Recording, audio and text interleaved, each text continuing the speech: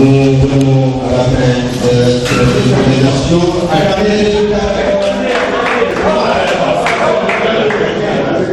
Alors, je l'ai dit, on est arrivé à la fin de cette présentation de cette africaine et Carlos va vous donner le résultat de ce cours.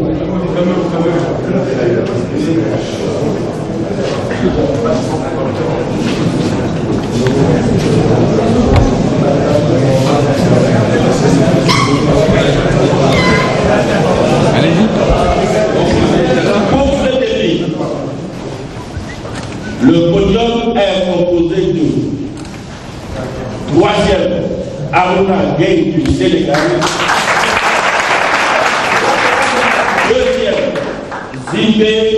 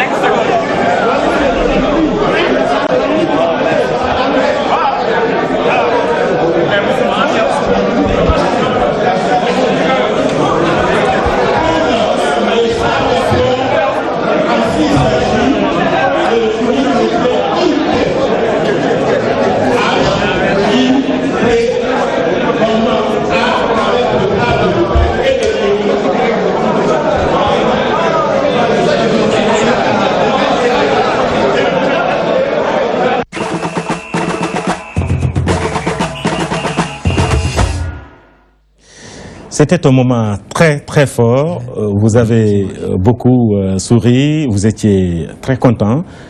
C'était un coup, hein? Oui, oui, disons que c'était... Ça vous fait quoi d'abord en voyant ces images-là? Mais beaucoup de plaisir parce que c'était une partie qui était très relevée, il y avait les meilleurs joueurs africains. Donc c'était une partie en mort subite, c'est-à-dire dès que vous ratez un coup, vous sortez. Et j'ai failli sortir, je veux dire, au 4e, 5e coup, parce que je m'étais endormi. J'avais joué une solution qui me paraissait difficile, et après je n'ai plus cherché. Donc c'est trop de confiance. Et il restait 5 secondes et je vois le maximum en fait. Et donc j'envoie ça, donc je prends un avertissement. Et après le reste, j'ai pas eu de problème. Donc parfois, l'excès de confiance peut nuire. Et donc si on n'avait pas gagné ce défi mondial-là, ce défi africain, les Ivoiriens auraient eu plus de médailles que nous. Et donc voilà, c'était la cerise sur le gâteau. C'était une affaire entre le Sénégal et la Côte d'Ivoire finalement. Et la Côte d'Ivoire, oui. Mais c'est encore, disons, une fédération qui émerge. Et voilà, le Sénégal est largement devant quand même. D'autant plus qu'il y a Matar Sylla qui est un grand champion et l'un des joueurs africains les plus talentueux actuellement. Qui n'a pas participé. Qui n'a pas participé. Donc s'il était là, je pense que la razzia au niveau des médailles aussi aurait été beaucoup plus importante.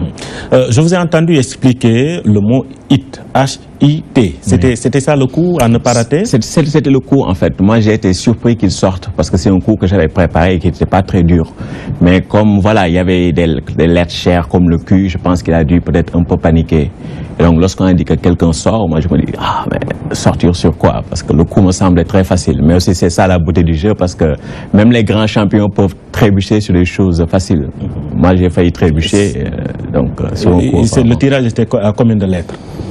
Le tirage, c'est toujours 7 lettres. C'est toujours 7 lettres, mais le tirage était un peu, disons, rébarbatif. Il y avait un H, un Q, N, U, T, ce genre de choses. Et puis, il y avait plein de places. Donc, il fallait repérer la place très vite. D'ordinaire, ce que je fais, c'est que lorsqu'il y a des places intéressantes, je retourne la lettre. Donc, lorsqu'il dit H, en retournant la lettre, je sais où placer la lettre. Et donc ça, c'est des réflexes de joueurs qui a plus de 20 ans d'expérience.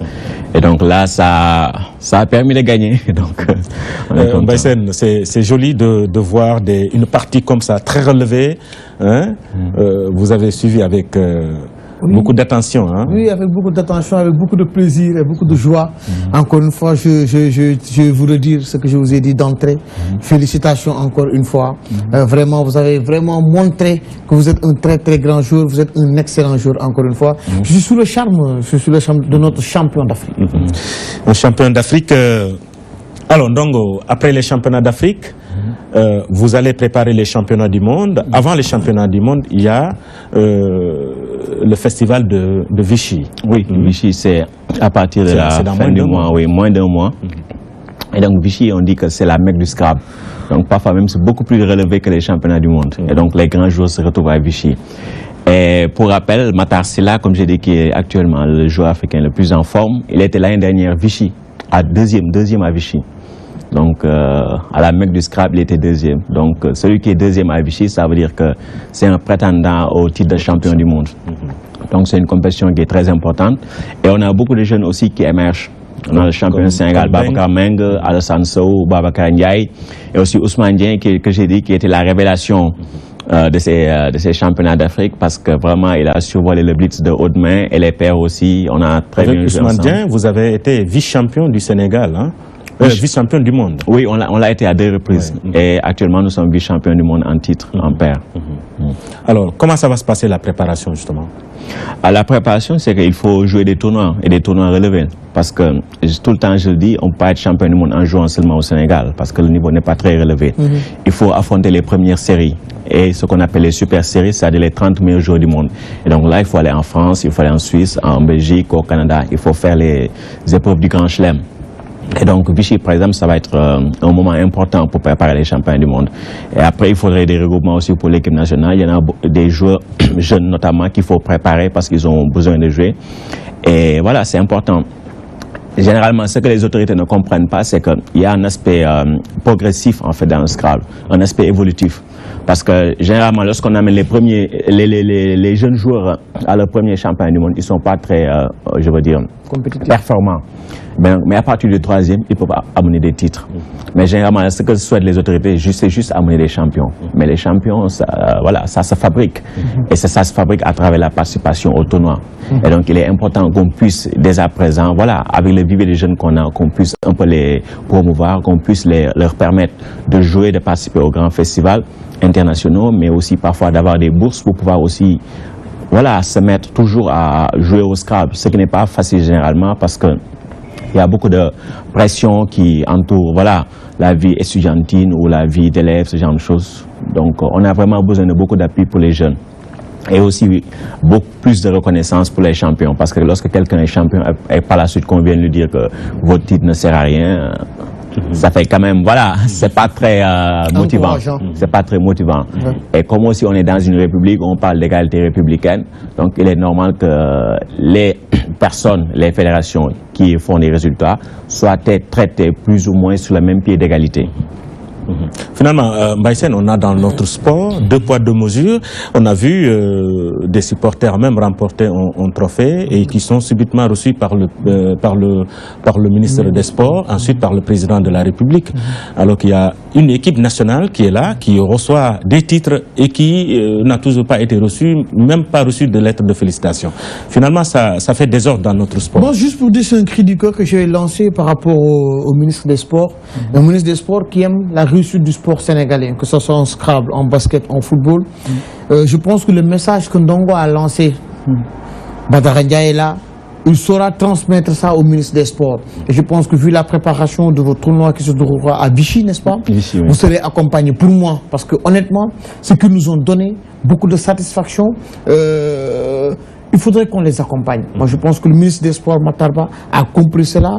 Il veut un Sénégal qui gagne, un Sénégal émergent. Il sera obligé de vous suivre parce que vous n'apportez que beaucoup de bonnes choses à S'il n'a pas compris, il doit comprendre. Il l'a compris apparemment. Voilà. Moi, je pense qu'il l'a compris. Je rappelle tout simplement qu'en 2000, c'était le premier trophée de Abdoulaye Wade, hein, avec justement votre titre de champion du monde avec Aruna Gaye. Et c'est ce jour-là qu'il a lancé l'appel pour les Sénégalais de revenir, hein, travailler pour leur pays, c'est ça? Oui, historiquement parlant, le slogan Le Sénégal qui gagne est parti de notre titre de champion du monde en 2000 avec Aruna Gaye. Quand Abdoulaye Wade vous a appelé, alors qu'il venait juste d'être élu président. Oui, c'est parce que quelques mois plus tôt, on lui avait promis qu'on serait champion du monde. Et Dieu nous a aidés dans cette voie.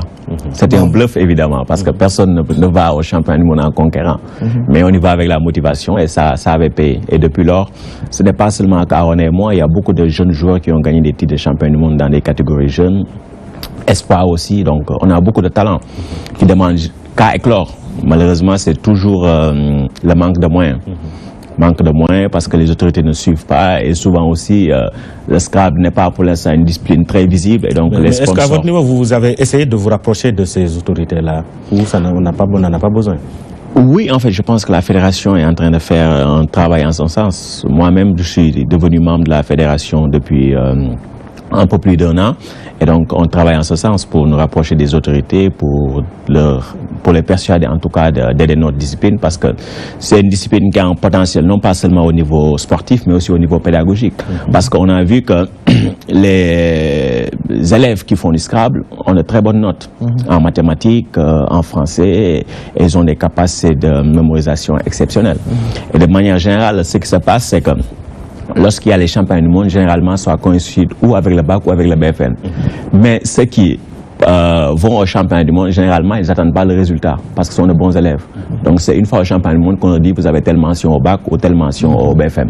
Parce que généralement, c'est une discipline qui fait réfléchir. Une discipline qui fait réfléchir. Le cas de Mamadou Diop aujourd'hui, apparemment, qui se trouve au Canada, c'est ça? Oui.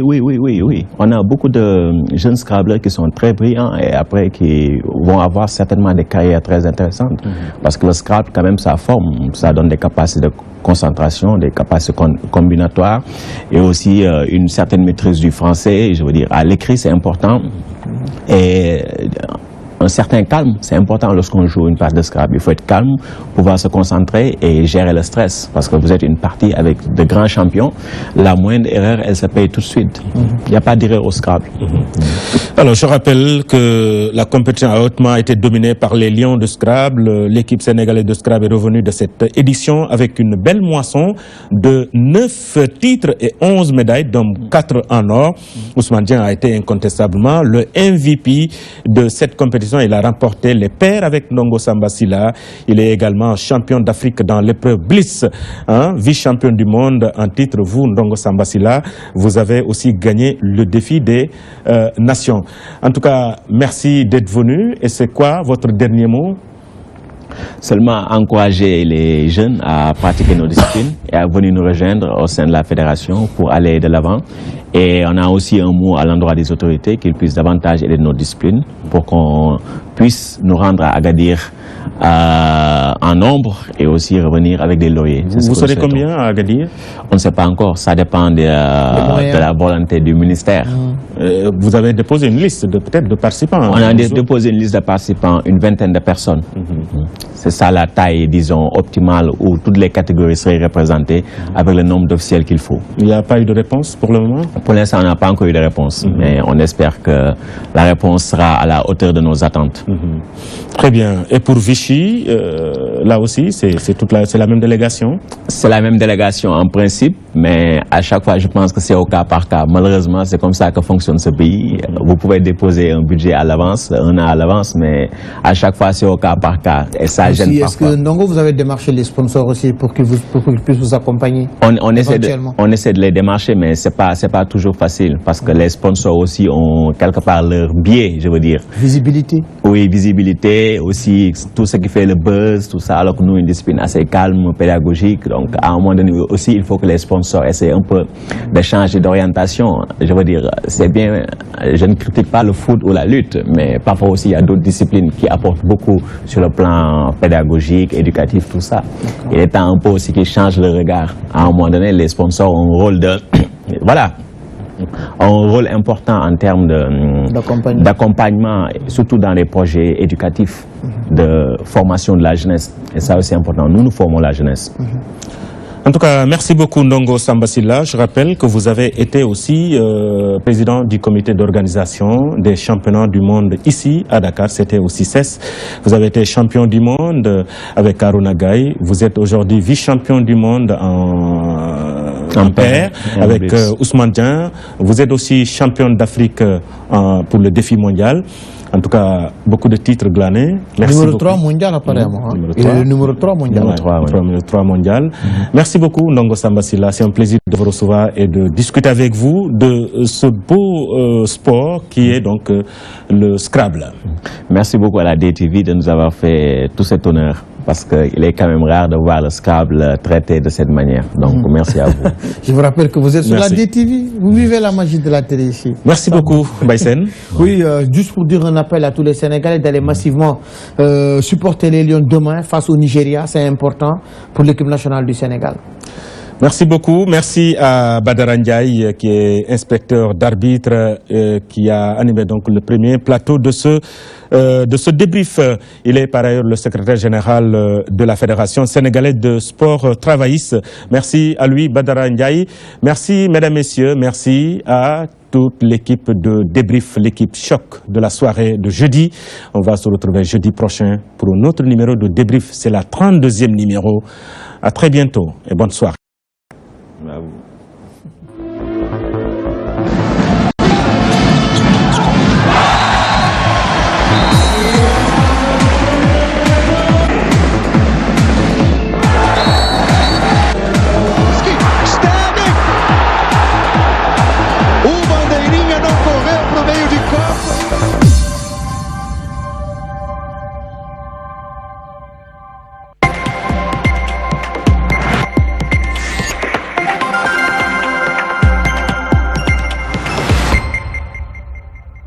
Soirée anniversaire Boutou Ndiaye Mbeng Anan Bangok Manga Djem Théâtre National Daniel Sorano le 9 avril sargal première dame de la République du Sénégal ñu koy wax Marième Faye Sall àndandoo ak artisan yu Sénégal yëpp koko patronné mu dem Madame Aminata Tall présidente du Conseil économique, social et environnemental, Monsieur le Premier ministre Monsieur Mohamed Boun Abdallah Dionne, Mbagnick Ndiaye ministre de la Culture, Mamadou Talla ministre de la formation professionnelle et de l'artisanat, artistes invités Youssou Ndour, Pape Diouf, Wally Balago Seck. Le 2 avril album bi génn waaye nag le 9 avril mooy doon anniversaire bu mag ba kuy sa parrain Cheikh Kanté DG du port. Baye Ndiaye di ministre d'État, Amadou Ba ministre de l'économie et des finances, Diène Farba Sarr ministre du renouveau urbain, Abdoulaye Bibi Baldé ministre de l'environnement, Abdoulaye Diouf Sarr ministre et maire de Yoff, Matar Ba ministre des sports, Seydou Gueye ministre porte-parole du gouvernement, Mame Mbaye Niang ministre de la jeunesse, Moustapha Diop ministre délégué en charge de la microfinance, Arona Coumba Ndoffène Diouf ministre conseiller, Moustapha Cissé Lo vice-président de l'Assemblée nationale,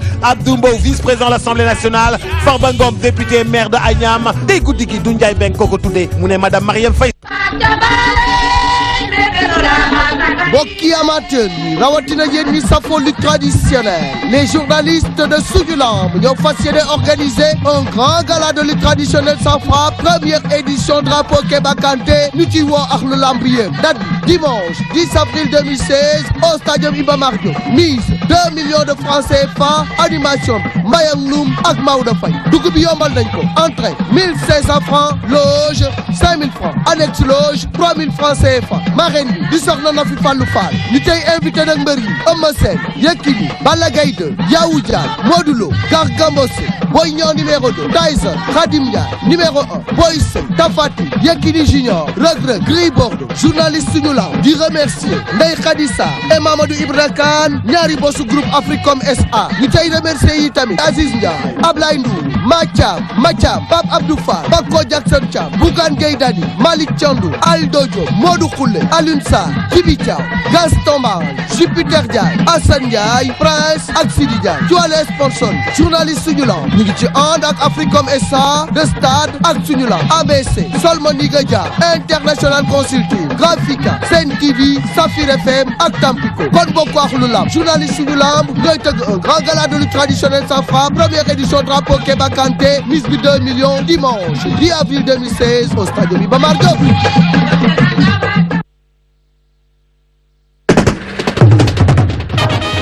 Sénégal am na xew-xew am ngeen gan gu rëy grand show grand concert le samedi 23 avril au monument de la Renaissance Morgan Heritage à Dakar. Sous le haut patronage de Monsieur Macky Sall, président de la République du Sénégal, sous le parrainage du ministre de la Culture, Monsieur Mbagnick Ndiaye, du ministre de la Jeunesse, Monsieur Mame Mbaye Niang, du ministre des Sports, Monsieur Matar Ba, de Monsieur Youssou Ndour, ministre conseiller, et de Madame Marième Sall, présidente de la Fondation Servir le Sénégal. Morgan Heritage à Dakar. Par Ken Dokopet, ce samedi 23 avril, ce monument de la Renaissance, Urban Radio, Montléwo, à partir de 18h, Morgan Heritage avec comme invité spécial Jimmy Ray Morgan en live. En première partie sur la scène, Bideo Boubès, Ombre Zayan, Cannabis, Pepese, Nita, Books, Arlou Big Paradise, Abiba, Rosso. Morgan Heritage en live. Prévente 5 000, 10 000, 15 000. Infoline 70 108 18 18. Walangadem 76 108 18 18. Achetez également vos billets en toute sécurité sur www.ticketpalsenegal.com. Urban Mega Show, un événement Urban Radio 97.1 FM.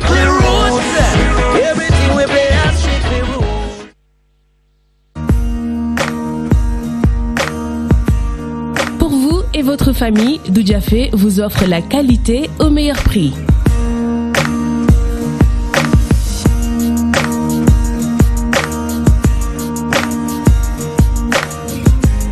Du prêt-à-porter pour hommes, femmes, enfants et le tout soldé à des prix défiant toute concurrence.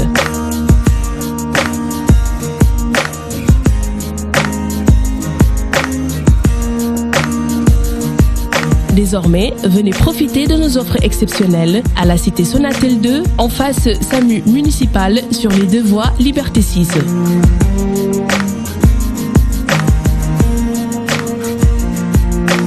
Doudiafé, téléphone 33 867 55 00.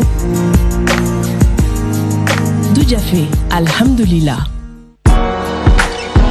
Le goji séché, le fruit du bonheur, le plus puissant produit naturel d'anti-vieillissement et d'antioxydants, enfin disponible. Le goji séché, distributeur exclusif, Excaf, Business Trading, rue 14 prolongée, HLM 1 Sodida. Le goji séché, le fortifiant naturel qu'il vous faut.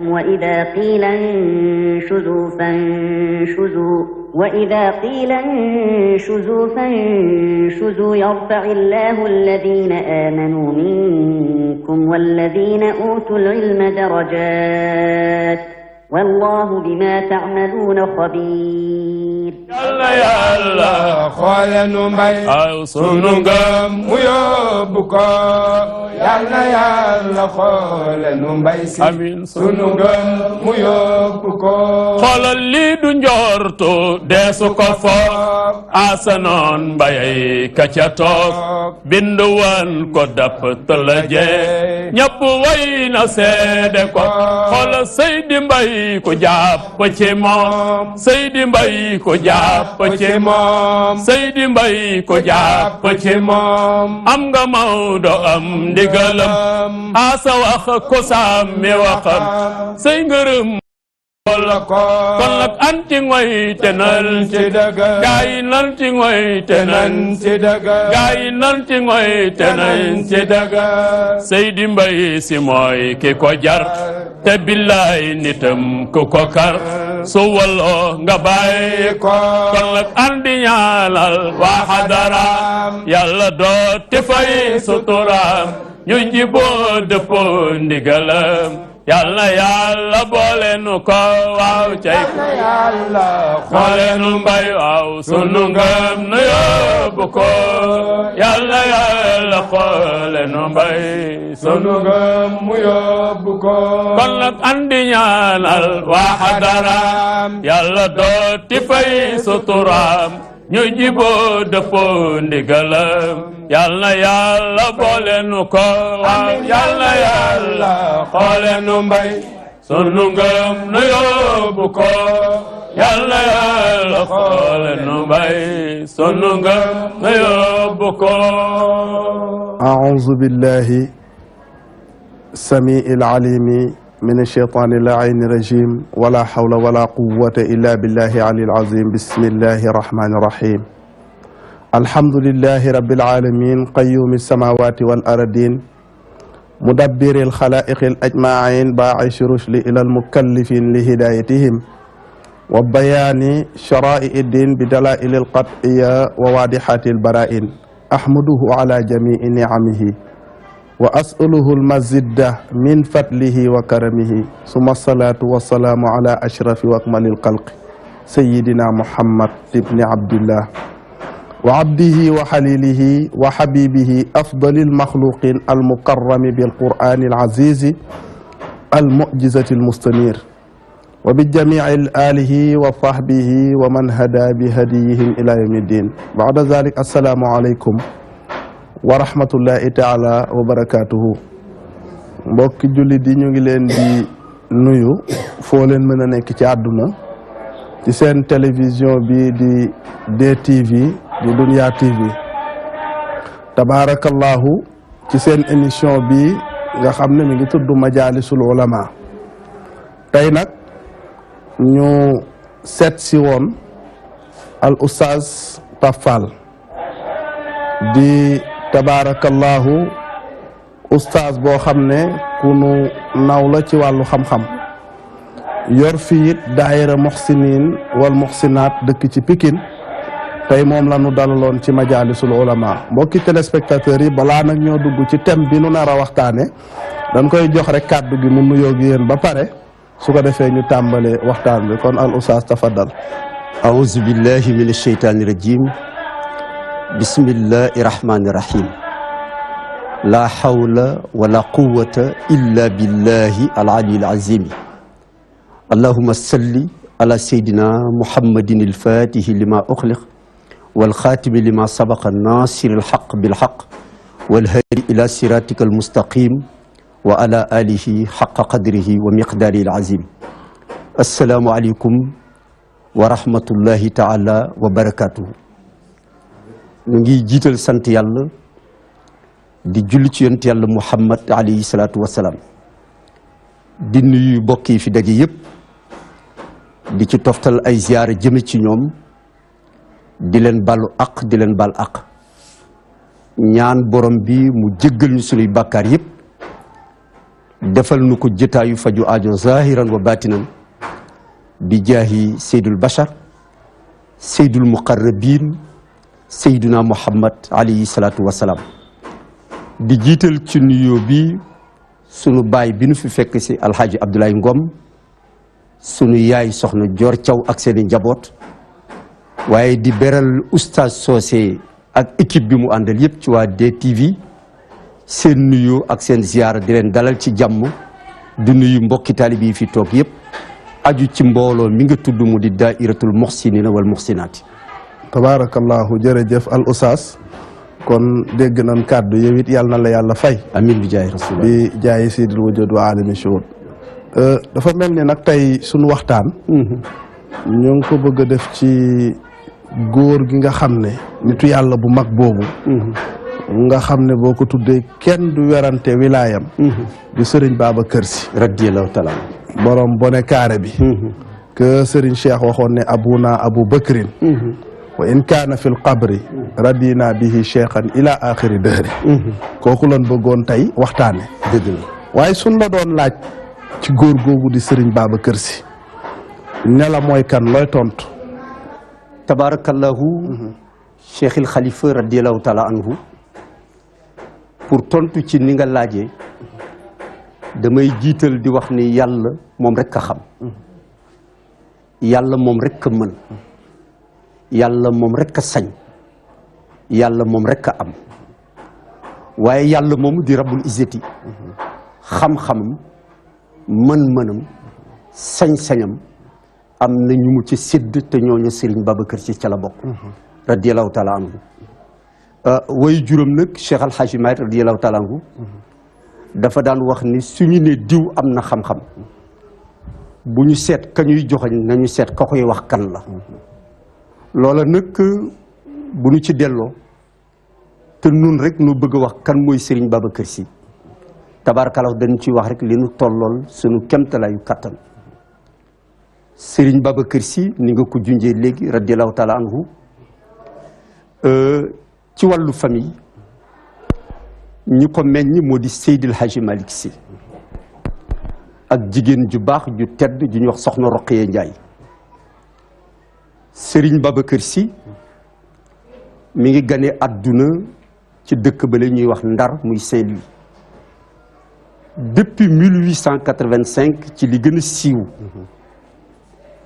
ca rue André Le Bon fa inna nii xat kuntu min ahli ndari wa maskani bi ahla dari andari muy mbedd ma nga xam ni fa la gane àdduna ca Ndar jamono di dox ba ñu jëlaat mbedd moomu dippeeku ko moom Cheikhil Khalifa radiyallahu taala anhu Serigne Babacar Sy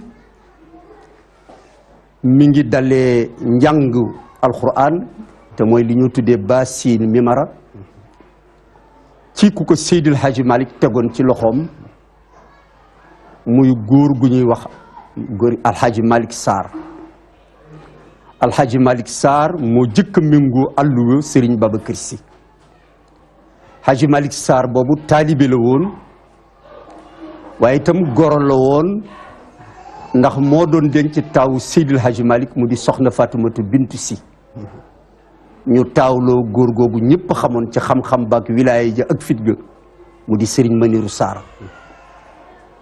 gannaaw kooku lee Serigne Babacar Sy jàng na ci Alhaji Mor Khoudia Sy moom it di goro ci Seydi Hadji Malick ndax moo doon denc soxna Nafisatu Sy di doomu Seydi Hadji Malick waaye tamit di deretu Seydil Hadji Malick ndax maam Ousmane mooy bàyyi Seydi Hadji Malick mook maam Amadou Sy ñoo bokk ndey ak baay maam Amadou moo jur Alhaji Mor Khoudia Sy frère ba di maam Ousmane moo jur Cheikh Alhaji Malick Alhaji Mor Khoudia Sy boobu jàngal na Serigne Babacar Sy ba tey pour wane ni kooku mooy kan bi Seydil Hadji Malick nelawee te ñu waajal ko nu ñuy waajalee jullit bu faatu te mooy sang ko jëm ci jullee ko kiy jullee Maodo mooy Alhaji Mor Khoudia Sy moom nag bokk na ci ñi jàngal Serigne Babacar Sy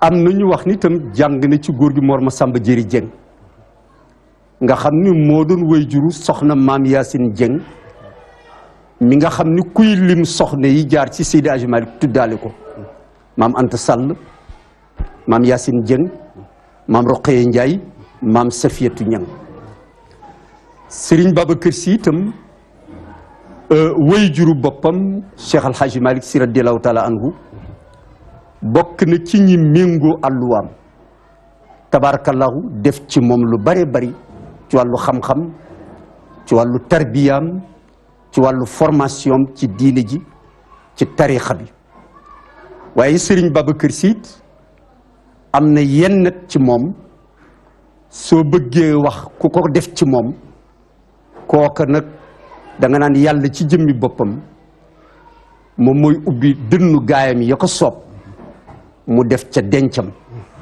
gaayam yooyu le boo leen di lim Serigne Babacar Sy radiyallahu taala anhu ca la bokk moo tax ci xaside bii nga tudd te Seyid Cheikh Ahmed Tidiane Sy Al Maktoum taalif ko ci arab te fekk turu Serigne Babacar Sy soo ko doon bind ci arab da ngay wax alxalifatu Aboubacrine Sy mu jël araf bu nekk mu way ca benn bayt looloo jur abuna Aboubacrine wa in kaana fi lqabr raddayna bi cheikhan ila axiri dahri liman antami in lam yakun li janabihi bi man aqtadi in lam yakun bi abi bakrin xalaa laki jawul xalbi ya tayra xubbihi fa biidi bi gayri wasfiri ashada tayri waaye daal njàng moomu may wax waajtaay boobu nga xam ni yàlla ci boppam moo koy def ci dënnu gaa ya mu soob mu def ko ci ñoom jur na benn bayt ci biir tarabba ala atayni irsan wa nasatan kariman wa fi atayni ramzun min ashiri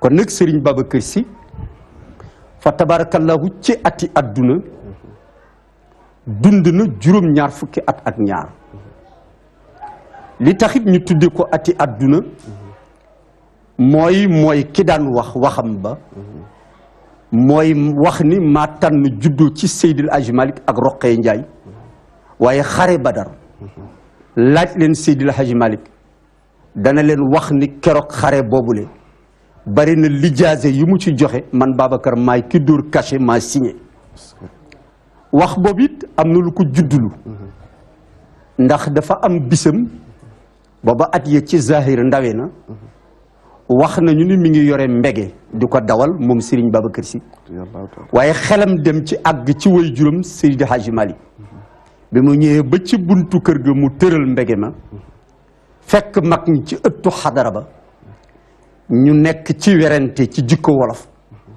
Maodo ak diw ku mag Maodo ak diw ku raw mu mel ni ba mu nuyoo werante wa sori na ci seen xol ba xaw ñu ko tala fay mu nuyoo waat déggul fay bi mu soxla mu nuyoo waat une troisième fois tuuti fay ko mu ni man de damay bëgg a waaru ay mag ñu toog di werante Cheikh Al Hadji Malick ak diw ku raw Cheikh Al Hadji Malick ak diw ku mag te yéen ñii toog ku ci fekkewul ci yéen ghazwatu badrin ba xam liste bi Maodo yoroon ñan la ca Maodo jox ijaaza boobu ñan laa ci dóoral cachet signé ko bon loo werante Maodo ak diw ku mag mag ñi ne nañ ci tey kii de su dee xale la ak su lëf mu romb leen nag ñu bàyyi lañ doon waxtaane di ko fafu waxtaane moom ndax li mu leen wax ak li mu leen tax mu fekk Cheikh Al Hadji Malick way juram toog ci piliyaanam di bind xasida bi fala budda min shakwa illallahi qurbati Cheikh Al Hadji Malick di déyoog boroomam waaye ci biir xasida bi Maodo mi ngi ciy tudd ñaar fukk yeneen téyeeg juróom yi alquran tudd waaye ci biir xasida bi Maodo it mi ngi wut jàllukaay ci Cheikh Aboul Abbas Ahmad Tidiane Chérif mi mu jokk ci tarixam diggante ilahi bi xutbil arifina imamina ba ca wiqayatuna Tijani min kulli siddati waaye bi mu toll foofu moom Cheikh Al Hadji Malick Serigne Babacar ñëw nuyu ko wan ko benn bayt na ko dama doon jàngantu way ma ni bala maa àggali nga xoolal ma ko fii kulli xutlin nal axtaaru suhratuhu amat mazayahu bal daarat zawaya Cheikh Al Hadji Malick bég ca lool xol ba fees sedd ca lool waaye mu di ko nëbb jël xalima bi mu doon bindee moom Maodo jël taatu xalima bi dóor ko ci dóoru mbégte na ko Babacar nga nëg ma maa ngi ci géewu Cheikh pare gu ma nga fekk si ma Cheikh Al Hadji Malick mi ngi balancé ñaari bayt yooyu le amat mazayaahu bal daarat zawayaahu amat matala na mazayaahu ay mayam bal daarat wëndeelu na te lu koy dëggal ëllëg mooy zawayaahu jàkka yeeg jumaa yi Maodo di nattable bayt boobu ak ilahi bi xutbil arifina imamina tabarakallahu mu xam ni li mu soxla egsi na Serigne Babacar téyandi wayam di déglu Cheikh Al Hadji Malick di ko xaarandi ba Maodo faf wuy ji boromam bis nag xelam dellu ca loolu mu dem xalwaam ca résultat wu xalwa ca la gisee ak Cheikh Al Hadji Malick ca la ko Maodo jox ndigal pour mu eggali xasida ba ca la jël alhamdulillahi aza cheikhu rabbahu ba xasida ba jeex mu mel ni loole itam ya ca am na yoo mën a wax mu dem ci média am na yoo xam ni wane ni xam nga ko bu mu tax nga wax ko da nga am ñooy natt ni rek seen ñor ak seen xàmme àgg na fa nga wax leen ko ñu mën ko dékku te duñu loru te duñu gaañu waaye daal Serigne Babacar Sy bi muy toll ci fukki at bokk na ci yi ko yàlla dimbale mooy fekk na mu xam boppam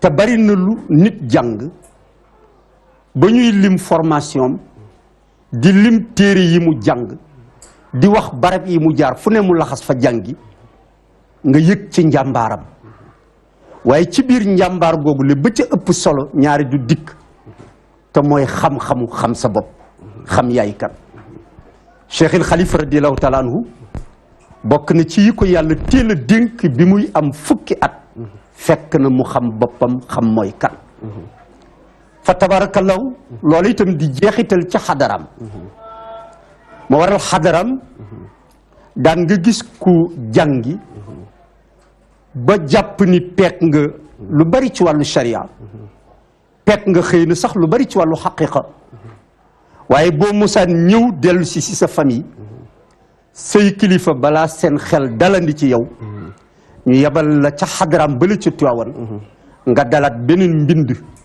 beneen école te mooy école bu ñu tuddee école lu nite école lu nite fa tabarakallahu Serigne Babacar Sy inspiré ko ci biir xadaraam Cheikhul Khalifa radiallahu taala anhu bi muy am ñaar fukki at ci ati adduna yàlla it bokk na ci li mu ko mayaat famille ba mu bokk lu ñuy doxal fokk ñu boole ko ci mbooloo mu mu bokk lu ñuy doxal ci lu baax fokk ñu bokk ko ci yëppam moom Serigne Babacar di jeexital ci ñëppam di jeexital ci yëppam di jeexital ci léppam booba mi ngi toll ci ñaar fukki at Cheikhul Khalifa radiallahu taala anhu bi muy toll ci fanweeri at ñetti fukk la fukki atam ñaar fukki atam ak fanweeri atam booba nag Seydi Hadji Malick radiallahu taala anhu jox na ko lijaaja ci sharia bi jox ko lijaaja ci tariqa jox ko lijaaja ci xaqiqa Maodo itam benn taalibeem la binduloo ñetti ijaazaat yëpp mooy muqaddam bu ñu tuddee Serigne Alioune Guèye moom ci ndigalu Seydi El Hadji Malick moo bind ijaaza Serigne Babacar ci sharia moo bind ijaaza Serigne Babacar ci tariqa moo bind ijaaza Serigne Babacar ci xaqiqa moo tax waykatam bu siiw ba rahmatullahi alayhi alhaaji Mbay Donde Mbay Serigne Alioune Guèye daan ko wee Hassanil Khalifati ndax di ko delloo ca Hassan ibnu Sabit bu yonent bi alayhi salaatu wasalaam alhaaji Mbay Donde wolofal na wax ni Maodo Malick signé ndigalam ci loxool ku baax ku ñu xam sëñ Aliou Guèye mi doonoon Babacar Sy jël na ko kon Serigne Babacar toogee yooyu la cër juróom-ñaari at gannaaw gi fekk mu am fanweeri at ak juróom-ñaar Seydil Hadji Malick doog a xëy wuy ji boromam ca talaataam jooju Serigne Alioune Guèye di wax ala yawmuhu yawmu sulasa bi zuhri yi te mooy talaataam jooju mu wuy jee boromam ci waxtu tisbaar moom Serigne Alioune Guèye di ko jooy ca daliyam boobule Serigne Babacar Sy nag doog a toog muy depuis le 27 juin 1922 boobu ñaata at la am boobu Serigne Babacar mi ngi am fanweeri at ak juróom-ñaar toog ci xilaafa gi gannaaw demu Seydi El Hadji Malick fanweeri at ak juróom loolu mooy toogaay bi nga xam ne mooy toogaay wuutu waaw dafa mel ni kon ci 37 ans yooyu nga wax ci la Seydi Aboubacar Sy wutoo Seydi Hadji Malick ci Zahir sax la mën a wax ndax baatin moom yàlla rek moo xam dëgg la ndax moom dafa daan wax ne ku ma jurul woon nit ku dul Cheikh Seydi Hadji Malick wala nga sant Njaay ak Jóob moo ci yem keneen ku ma juróo nit du tee rek ma doon Cheikhuna Ahmada Tidiane wallaay ndeysaan kon kooku wilaayam boo ko seetee ci baatin dafa mel ni ne lu doomu aadama mënul xam la ndax daan wax ne ca alastu bi rabbikum bi ca la ma Seena Ahmad Tidiane nee na booleeg Cheikh Seydi Hadji Malick lii moom mu dugal ci njabootu Cheikh Seydi Hadji Malick waaye xam nga kooku xaqiqa la nit koo xam ne ñorul ci wàllu baatin soo ko waxee dana ko xaw a jaaxal. dëgg la waaye ba mu jotee xilaafa gi Serigne Cheikh yàlla na ko yàlla gën a dimbali. amiin bi jaay Seydil Wujud waa émission amiin amiin dafa am lu mu wax Serigne Babacar si ma bëggoon nga ñëw ci. daf ne lahu min al axlaaqi معتدعت له العناصر هذا الكون تحنو بجيدها هذا الكون تعنو بجيدها دمت أمير الصدق والحق والوفاء رفيقا ببيد أرض طرا وسودها looy wax ci ñaari bayit yooyu tabarakallahu nga may ma rek bala ñu ciy dugg ñu ñaanal boole jaale ñaari njabootam yu génn adduna te seen génn adduna tegloo muy sunu baay góor gi sañ-sañ fay ak sunu baay Dut Njaay Kumba Rose di ay wayjur di ay mag ñoo xam ne ñëpp xamoon seen xër ak seen féetewoo Serigne Babacar Sy radiyallahu taala ñooñu ñu ngi leen di jaal seeni bokk yëpp di leen ko jaal yéen ñi toog di ko jaal waa réew mi yëpp waaye di ko jaal Seyid Cheikh Ahmed Tidiane Sy Al Maktoum ak njabootu Cheikh Al Hadji Malick yëpp radiyallahu taala di leen bokk di ñaanal yal na yàlla yóbbu leen ca barzaqu Serigne Babacar Sy yàlla wuutu leen ci li nu fi bàyyi yëpp Seyid Cheikh Ahmed Tidiane Sy Al Maktoum bari na lu mu way jëmale ci Serigne Babacar Sy radiyallahu taala waaye bokk na ci taalifam yooyu le bii nga tudd nga xam ne atam lanu ko baaxe ca kër Jëmm Njaay waxaftu ala babil xalifati aqtadi min alaihi rahba saha wifqa judiha fa tabarakallahu mu mel nii kuy wane ni mi ngi taxaw ci buntu Serigne Babacar Sy radiyallahu taala anhu fas yéene boot soxlay njaboot yëpp way soppe yëpp seeni bëgg-bëgg seeni njàqare seeni jaaxle seeni yëpp mu boole yëpp sotti ci ndab gàddu ndab yi pour yët ko Serigne Babacar Sy radiyallahu taala anhu muy wane ni góor gi mu koy teg ci loxoom yow miy xool te bëtu kese-kese rek nga am yow yaay gis poids ba waaye ki ma jëmale yii lii ma ko nam yakkal xajul ci xar-xaru xolam te mooy Babacar Sy radiyallahu taala anhu Serigne Babacar Sy nag bokkoon na ci ñu ko bàkkee maîtriser bi mu maîtriser woon tabia bi nature bi ba nga xam ni bu mosaan toog ñëppay xam ni Serigne Babacar a toog loola nag am na lu mu ca feeñal ci abiyaat yii ci xaside bi ndax a nasirul arba mooy ndox ngelaw safara ak suuf muy ñeenti élément yoo xam ni ci la yàlla ci kattanam ak coobareem sukkandiku bind nit waaye muy ñeenti élément yoo xam ni gannaaw ba mu ko bindee nit mënatul dem te benn ci yooyu dikkul waaye yooyee élément bu doon jongama lañu ma ne ci jamono Serigne Babacar Sy wàcc nañ fi ñëpp dem séyali Serigne Babacar Sy moo tax benn ci yooyu dootul demati soxla te tàggusiwul Serigne Babacar Sy négocié wul ak Serigne Babacar Sy góor googu nag kon wa fiika min al axlaaqi maxtadaat lahu a naasiru azal kawnu tax na bi jidaa et góoru yàlla itam si seen taxawaay ak seen njàmbaar kenn ku ci nekk bokkoon na ci say objectif yittewoo jot dëgg waaye dëgg nga nële di waaxu am fu mu jëm ñu ne ko foo jëm mu ne man daal maa soppal sama bopp maa nammal sama bopp maa bëgg ganesil góor gële di borom bone carré bale muy Babacar Sy moo tax Babacar Sy looloo ko def prince su dëgg wa dumta amiral xaq wa sidqi wal wafa rafiqat biti lil ardi turran wa suudi ak kooku moo di Serigne Babacar Sy radiyallahu taala kon dafa mel ni ci jukko la amee loolu waaw ci fonk bi mu fonkoon charia waaw fonk bu mu fonk parce que déggoon naa sax ñu wax ne Seydi Aboubacar daanu jël loxoom sax di ko jox jigéen ci lu wér waaw ngir ormal bi mu ormal charia ak fonk bi mu fonkoon doomu aadama ci lu wér soo ko musaan nuyu it boo musaan ànd ak nit présenté ko soo ñëwee foog mu laaj la ka nga indi woon. wallaay nga jaar ci turam. jaar ci santam. waaw importance bi mu joxoon. doomu aadama yi. ci jukko jooju it. fa la ko yàlla fekk. ba teg ko ci teguwaay boo xam ne. kenn nekku fa woon. dëgg la fii ka min al axlaaq. al axlaaq muy jikko yi muy jikko yi. fa tabarakallahu kon Serigne Babacar Sy radiyallahu taala anhu ci fànn boobu nga wax. ci noonu surtout mu doxale woon digganteem ak boromam. sàmmoo digganteem ak boromam. sàmmoo digganteem ak njabootu yàlla yi. sàmm surtout digganteem ak jigéen ñi. wattandiku ba daawu leen jox loxo. wattandiku ba xadaram daan na bokk ci lu muy fàttali góor ña fay ñëw di tarbiyu si guddeeg bëccëg. Serigne Babacar Sy daan na leen wax ni ngeen yem fi ma leen yemloo. ndax ku ci rëcc fi ma ko yemloo dem ci wanagu jigéen ñi. jàppal ni man Babacar Sy sama dënd nga joggi. ndax rek tabarakallah waxul moom ci jëmmi boppam mais daan na fàttali njaboot yu góor yi ñuy bàyyi seen xel seen bopp ba ci foofa. et loola nag charia ñun ñëpp la ko ga képp kuy njabootu yonent bi alayhi salaatu wasalaam. waaye moom daal yàlla baaxe woon na ko.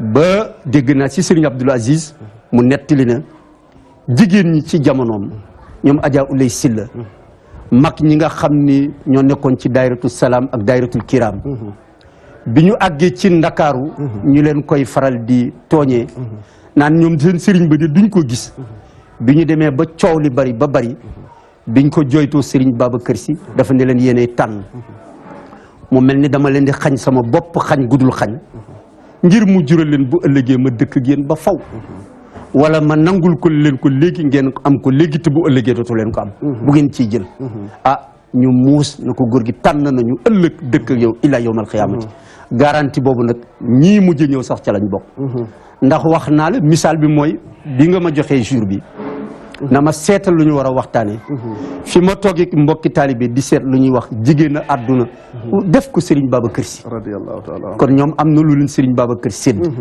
moo tax daan na wax ni góor ñi ñëw ma féetewoo aayul waaye man Babacar tànn naa féetewoo ak sanguy jigéen ñi daan na wax nit sama taalibe yi ñaar ci man séeréer si ak jigéen ñi mu ne ndax séeréer du xuloo ci pas-pas loolu jibi seen mais bu ko déggee kontaan sëñ Babacar moo daan wax ni séeréer du xuloo ci pas-pas mu ne jigéen ñi nag ñoo mën ci daayira yi tabarakallahu te laaju ñu ijaasa xëccoowu ñu ilimaan te mbooloo moo dem ñëw ca man fa tabarakallahu tabarakallahu kon wa fiika min al axlaaqi maxtadaat lahu anaasiru haza al kawnu taxnu bi jiidiha dumta amira sidqi walxaqi dumta amira sidqi walxaqi walwafa dumta amira alxaq walsidqi walwafa rafiqan bi biidi ard turan wa suudiha kon mbokki téléspectateurs yi ñoo ngi waxtaane góor gu tedd googu di Cheikh Al Khalifa sukkandiku nag ci bayit yi nga xam ne Serigne Cheikh Ahmed Tidiane Sy bàyyi Serigne Moustapha borom mustarshidin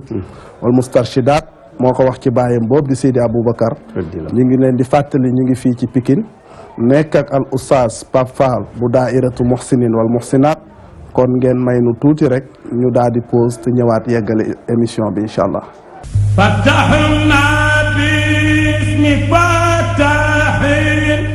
gannaaw ba ñu leen nuyoo ziyaare leen balu leen aq bal leen aq ñu ngi jotal kaddu xalif général de Tidiane Cheikh Ahmed Tidiane Sy Al Maktoum ñu bëgg nag bi yoon nekk rassemblement ci taalibe yi ñu daje ko Tiwaawan déglu kàddoom li mu leen war a digal ci diine digal leen ko ci tariqa Seyid Cheikh Ahmed Tijani di ziar boo xam ne nag du màggat du dellu gannaaw ñu bëgg waxtu bu nekk rek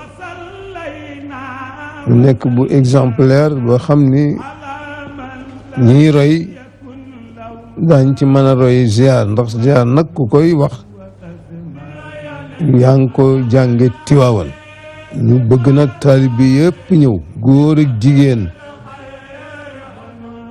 ndaw ak mag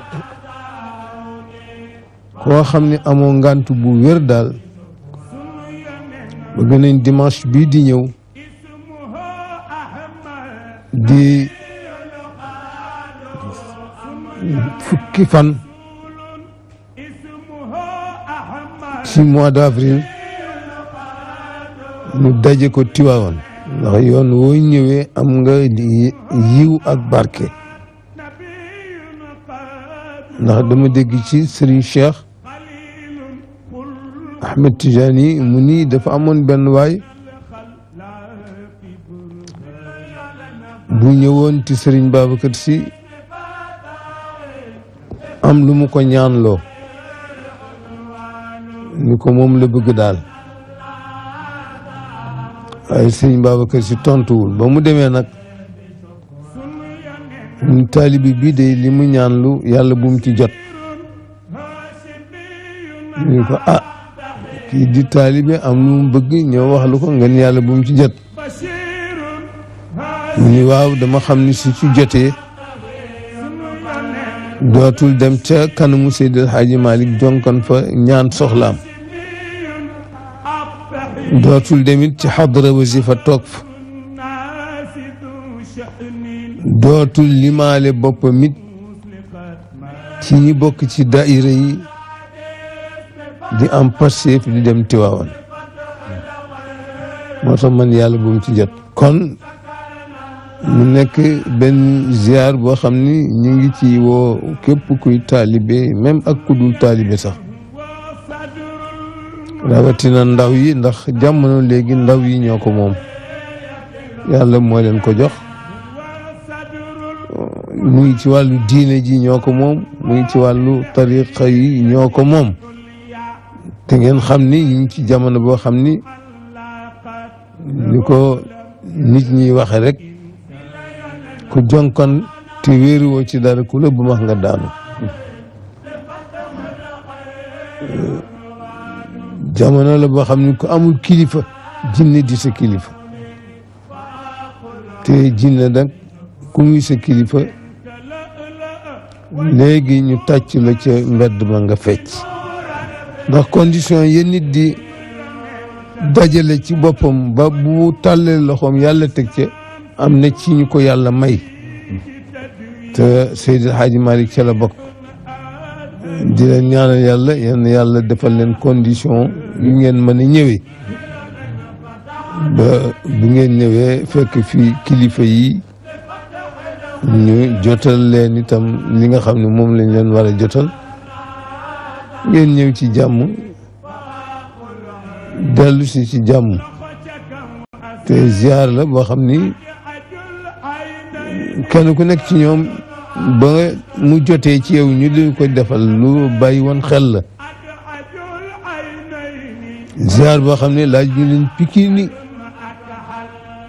au contraire dañ ko am di leen ko jox li ñu laaj rek ngeen indi ñu seen pas-pas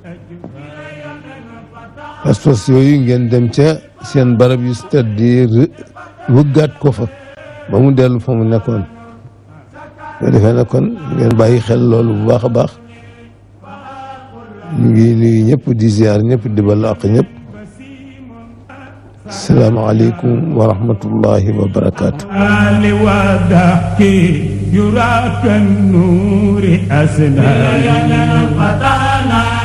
tabaarakallahu kon mbokki téléspectateurs yi dumta amiral xaqi wa sidqi wal wafa rafiqan bi biidi ardi turran wa suudiha kon ñu dellu siwaat ci njàngetu Serigne Cheikh waaye bu ñu xoolee Seydi Aboubacar radiyallahu taala dëgg la njabootu Cheikh Ahmad Tidiane la waaye digganteem ak Cheikh Ahmad Tidiane xam nga dafa wax ne ku ma jur sax bu santul woon si yore woon beneen sant du teeman ma doon capitaine général tarixatu Cheikh Ahmad Tidiane kon wane na moom Cheikhu Tidiane mooy kilifaam kooku moom boo ñëwee ci alhamdulillah haza cheikhu rabbaahu xayral wujudi lazi alaahu alaahu mawlaahu rabba bila xalwatin asxaabu alanan atastaqaamu